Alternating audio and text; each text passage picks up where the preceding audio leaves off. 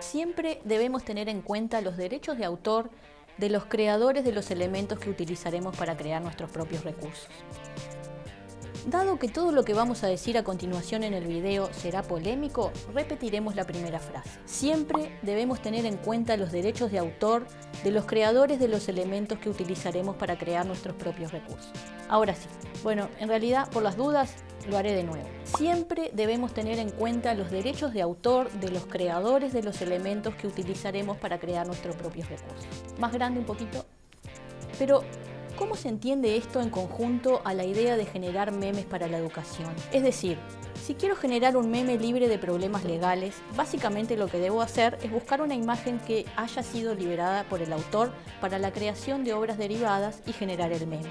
Ahí no hay problema, es decir, ahí cumplimos con una frase que tal vez conozcas. Siempre debemos tener en cuenta los derechos de autor de los creadores de los elementos que utilizaremos para crear nuestros propios recursos. Pero sabemos que la idea de los memes es fundamentalmente la repetición de una imagen. Una imagen que por alguna razón se volvió viral o popular. Podemos intentar volver viral una imagen propia o una que encontramos nosotros, pero sería más efectivo trabajar con una que ya haya sido viralizada y ya haya sido remixada para la creación de memes. Como usuarios de internet y las redes sociales, debemos tener algo claro. Los derechos de autor aplican a toda creación, por más simple y por más usada sin permiso por muchas personas que sea. Acá es donde este video comienza a ponerse polémico. Los memes hoy son una herramienta que utiliza la sociedad para comunicarse libremente, o sea, ejercer nuestro derecho a la libertad de expresión, sin tener en cuenta muchas veces algunas normas o leyes como las de derechos de autor a través de plataformas, que hoy por hoy van más deprisa que la ley que pretende regularlas.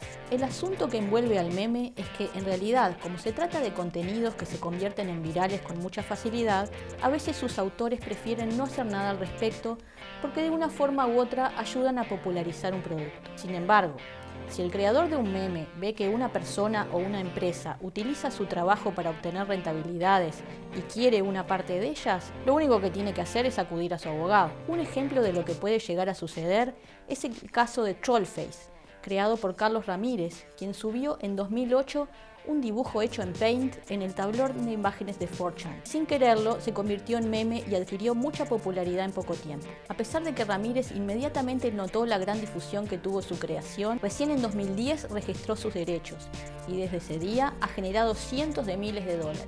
Después de declararse el creador de Trollface, ha defendido el uso de su creación y ha enfrentado incluso a Nintendo, pues tuvo que solicitar la baja de un videojuego llamado Meme Run que estaba alojado en la plataforma Wii U. El mismo Ramírez ha declarado que cuando se entera del uso de su Trollface, evalúa si quien lo ha usado está ganando mucho dinero o poco o nada para decidir si tiene que entablar acciones legales. En ese contexto, podemos afirmar que en general son pocas las complicaciones que surgen por el uso de imágenes en la fabricación de memes.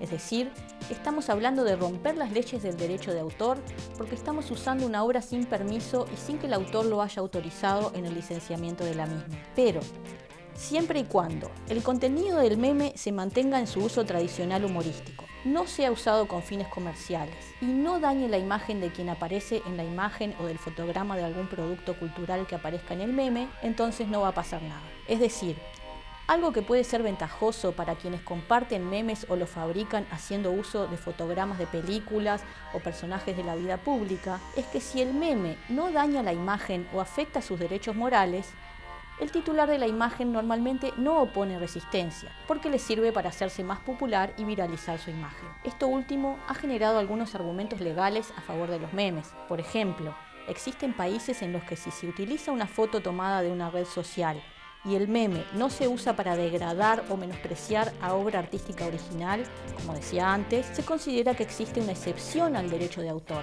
es decir, hay una manifestación humorística permitida, porque la intención no es hacer daño a la obra original ni al autor.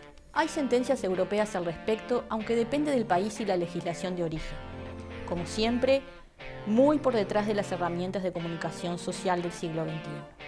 Pero, atención, los memes tienen otro inconveniente. Si usan imágenes de personas, entonces, en algún punto, nos deja de importar tanto el derecho de autor y pasa a tener más importancia el derecho a la imagen propia, por ejemplo, sobre actores o sobre personajes de ficción o escenas de películas. Y en ese caso, una alteración indebida puede afectar la imagen de terceros. En todo caso, debemos evaluar la protección de los derechos de autor, los derechos de imagen si corresponde, los derechos del texto y los del meme mismo. Los autores de las imágenes originales o las personas retratadas pueden reclamar en todos los casos, pero todo eso deben hacerlo a tiempo, porque de lo contrario se les puede salir de las manos debido a su rápida propagación en Internet. Notificar, por ejemplo, a 5.000 o 20.000 personas que ya lo compartieron o le dieron uso por no hacer la advertencia de exclusividad a tiempo puede ser un esfuerzo que al final resulte inútil. En 2010, la productora Constantin Films,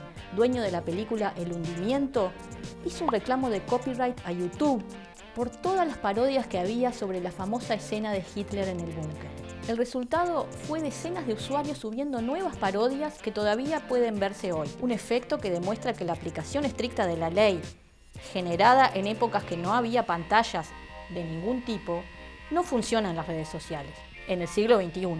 Entonces, si tomamos una foto de un medio o particular en una red social para hacer un meme que incluye un mensaje denigrante o insultante para una persona física o jurídica, podemos estar cometiendo un delito de odio contra el honor o intimidad de la persona referida, por más que el uso de la foto sea absolutamente legal. En definitiva, nos encontramos ante un evidente conflicto o enfrentamiento entre derechos que las leyes uruguayas aún no han logrado resolver. Se trata de un conflicto entre el derecho de autor, el derecho a la imagen propia y el derecho a la libertad de expresión en la era digital, incluyendo nuevas formas de expresión.